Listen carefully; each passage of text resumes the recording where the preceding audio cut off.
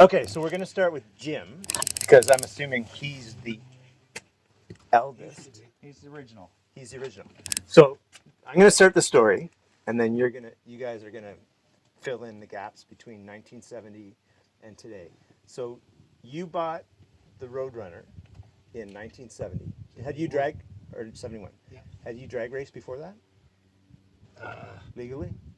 A little bit. A little bit? I had a 65 Chev Okay. and a 64 Valiant slant 6. Right on. It wasn't much of a race car. So was that the idea behind buying this, or did you buy? No, I just a friend of mine, Richard Boyd, he had Roadrunners, and I really liked the Roadrunners, so that's why I wanted a Roadrunner.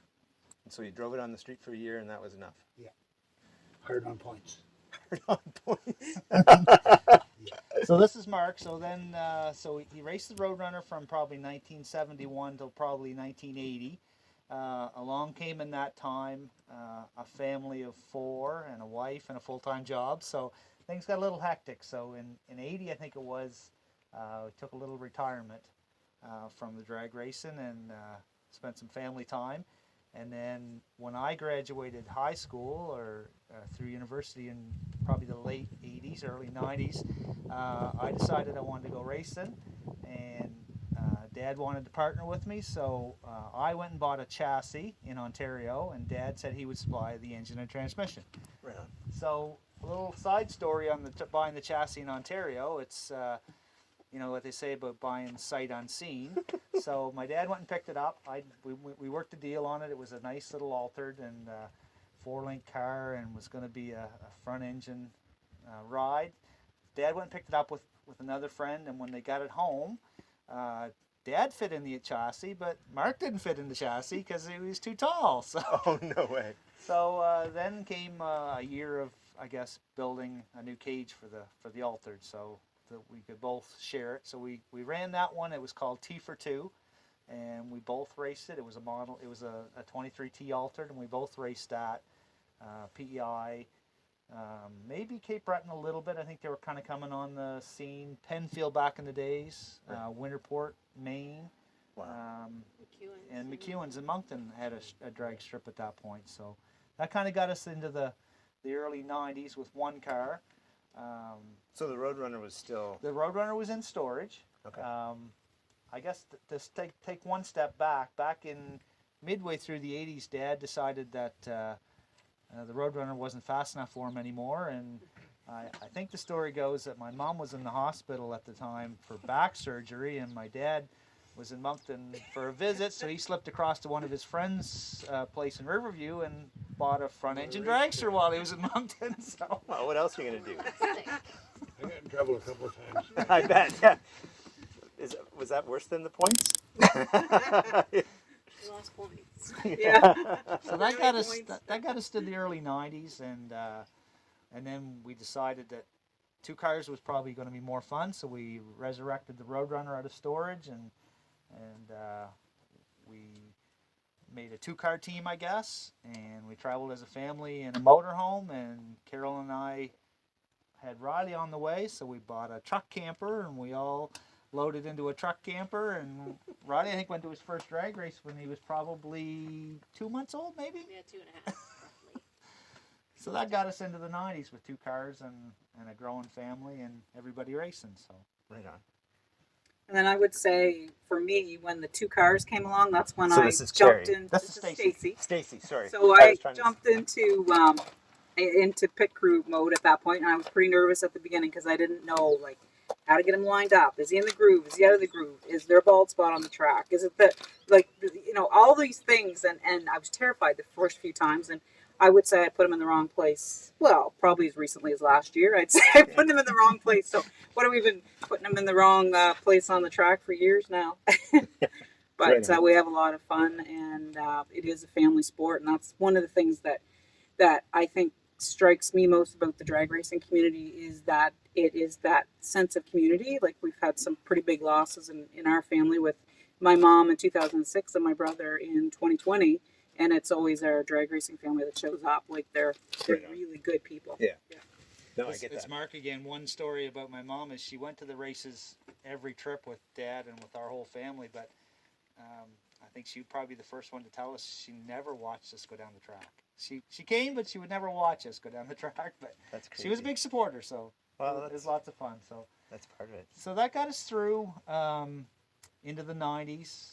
Riley was growing up. He was 6 and wanting a junior dragster. We had Jensen tagging along, and he was probably 3 or 4 at the time. So along came the junior dragster years of green racing, and that was pretty special years. I think we raced junior dragsters for 12 years total, with 4 different cars.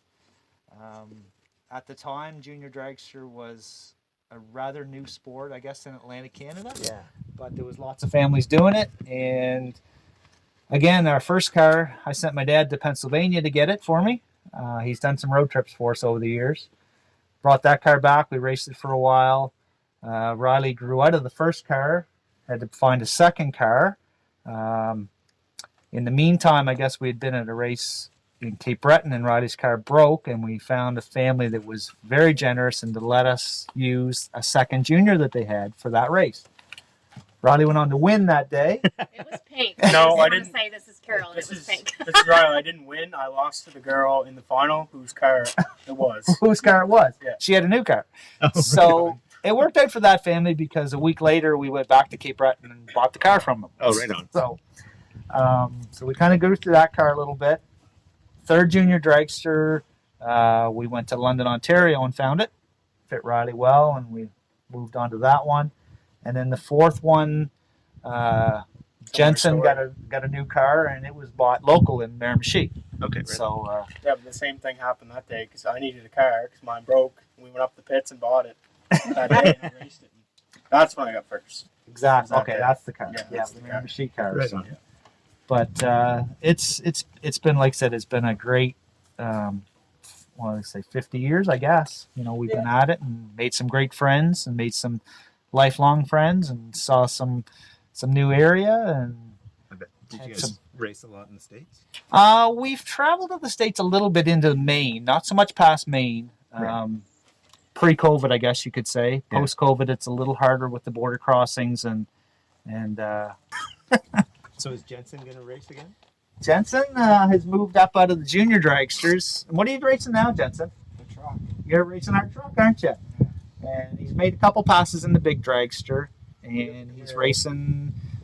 We've got we're a Mopar family, but we've got one oddball Chevy We don't Camaro. show it off very often. I heard it when it came in. So It's sounds a little stout. it is. It's a street car that we drive for Sunday morning coffee, and Jensen races it, and Riley's won a couple of track and ADRA championships with it, and cool. it's a lot of fun. It's So what truck? Do you race one of these trucks? Jensen races the Burgundy one, actually. My Oh, Burgundy no way. Ford, Dodge One Ram. you were So standing on. Jensen's won races with that, haven't you, Jensen? So that's like pure stock. That's It's called the Sportsman class. okay. We basically leave it in 4-wheel drive. I've done a little research from the dealers, and they say it won't hurt them. I leave it in 4-wheel drive. We race the quarter mile. Let the computer shift itself. You take it back out of 4-wheel drive before you make the turn on the pavement, and drive back to the pits. And Jensen's got air conditioning and radio playing. And Turn that on. when you race. that's right, you can't Yeah. turn the AC on because Well, it it's takes sucking power water. away from the engine, right?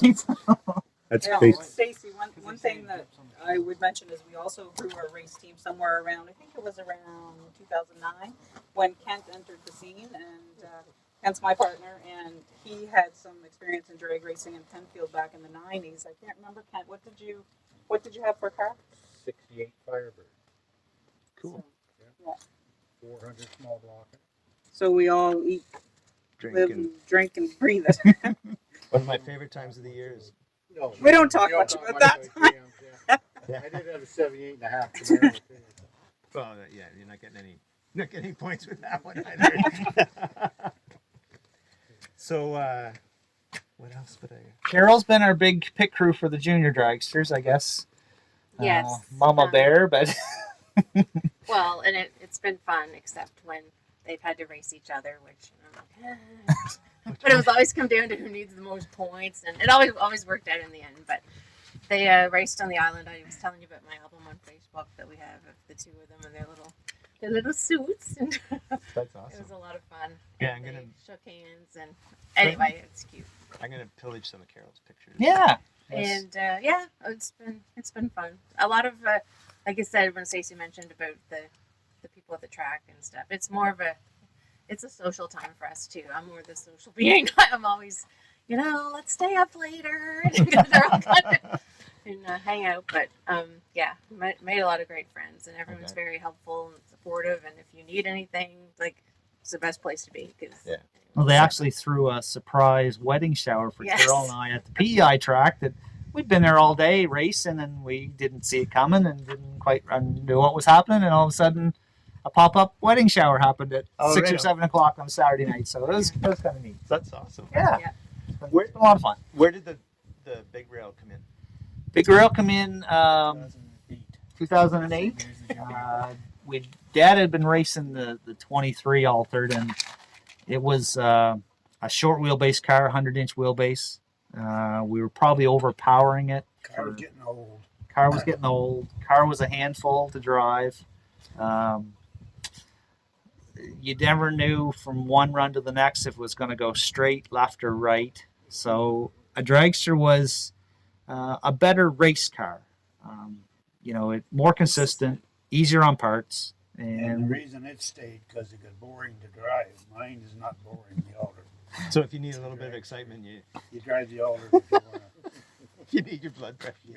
he's 75, and I think his retirement days are very close. So he jumped back in the altered probably 6 years ago, I guess, and it's been a lot of fun too. So it's cool. It's blower car. It's noisy. Everybody that wants to know is probably Yeah. Not that I want to be. People won't let me. Well, you can still help. You'd still be part of it. Not the same. Yeah, not the same. Well, I appreciate your time and your effort. This is a big deal. I knew it was a big deal because I've seen you at the track We a couple take a lot of times. space up. Yeah. The track. But this isn't easy to do. So I appreciate your patience and It's we love to spread the story. I mean, we love to spread the good news of drag racing, and we do as many car shows as we do races. To be honest, in the summer, and right on. the biggest kick I can get at a racetrack or a car show is to, get a little guy or girl, 6, 7, 8, 10 years old that comes along with their parents, and they're a little shy, and you'll kind of walk up to them and say, "Hey, you want to get a picture in one of these cars?" And they're like, "Yeah." And that just puts a smile on everybody's face. Oh, for sure. Yeah. Light up that altered. At the end of the day, and I kind of look at it this way, is like you either win or you learn, and all the things that are learned in the bench racing at the end of the day, like that's where the magic happens, right? Oh, I think- Well, We've done some the learning. kids would like race each other, lose to their friends, and then they're in the motorhome getting cookies, or they're out playing with their Lego. Hot Wheels or Lego. You know what I mean? Like Yeah. they don't No, that's care. awesome. They don't care. They all cheer each other on, and it's good. It's a good. It's a good learning experience. Yep. So what's the fastest you went in a junior dragster? Do you think? In the 8th mile, 85 miles an hour. Yeah. That's crazy. It's actually, my junior was faster than the Camaro. Yeah. On the track, Like in time, time wise. time-wise, yeah. What were your Good speed. ETs? Do you remember? Like high 7s in the 8th mile. So That's when I got into the Camaro, it was actually slower than the junior. Sounded better, but Yeah. It feels a lot faster being in a big car compared to a little junior. So But I can't imagine what it feels like to be sitting on the ground and Yeah. going whatever. you're like 2 inches from the ground, and Yeah. what? In a junior. It started Yeah. raining as I left the line. I went like sideways. You change your drawers after that. Yeah. That's just taken after Grampy. How fast does the rail go? The rail will. Well, it says 890. It says 890. We run an 890 class. Wide open, the car will go about 830s. About 157 or 8. Dad's altered will run. What's the quickest? The quickest we've ever had it was 790 170. at 170, but we usually detune it to I put a throttle stop on it twice, like leaving the line and mid-track. Right. That way it's easier to control. And the speed don't mean anything when you're racing. Right. You know, it's you want to do the number, but It's consistent. it's not a big deal. Yeah. So Well, it's at the line too, right? It's your reaction. It's all your reaction time and saves how. putting the chute out too. So. Yeah, no, that's true. Some guys don't like to pack the chute. 150, I'm going to use the chute. My only regret of all of this, because I was too busy usually, was to keep a journal of like Ray's, like, you know, keep a little notebook of. I mean, we have a lot of memories and pictures and stuff, which is great. So I wish I could go back and just have recorded more information just for Like my the own race, to have. race tags. And Well, like just not even that so much as just the things we did, like the times we stayed at the island later, like extra days, or we went down. Oh, I probably early. get every time slip we Yeah. ever Oh, went no. down Oh, the track really? Okay. that way. Yeah. Yeah, there's no question How many there. Be a different ways you spreadsheet. lost? How many different ways to lose? But just more of a memoir kind of thing, just a journal of just our Well, yeah. experiences, just who was there. Well, you never know it's going to last for 50 years, right? No, Yeah. I never When you're in expected the middle it. of it. Yeah. It was Oh, I faster did than you not think. expect it to be this long. No, Dad and I were at the some of the early meetings of the drag racing association, and to look back, some of the faces are still there that were there at that meeting Yeah. 25 years ago, and it's incredible to see. And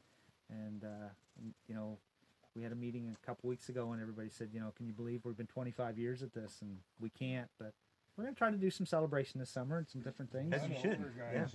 that's starting to run down, like me. One part of the story that we haven't covered is Randy and Ryan. So Randy and his twin brother Ryan have been a huge part of the race team over the years, and I would say that true Mopar enthusiasts, because anybody at the track that knows or knew the boys, they would bring them keys, emblems. What are some of the other things, Randy, that they brought you at the track? License Lights. plate. License plate, lights, Headlights, taillights. anything Mopar. They show up Nice. and they bring stuff to the boys, so it's pretty cool. Yeah. That's fun. A Roadrunner tack. Yep. Yep. A side mirror. Oh, he traded a side mirror once. Yeah. You can trade something, don't you? They got trade sometimes. Yeah. That's awesome. Good stuff. Well, Good stuff. I'll let you go eat.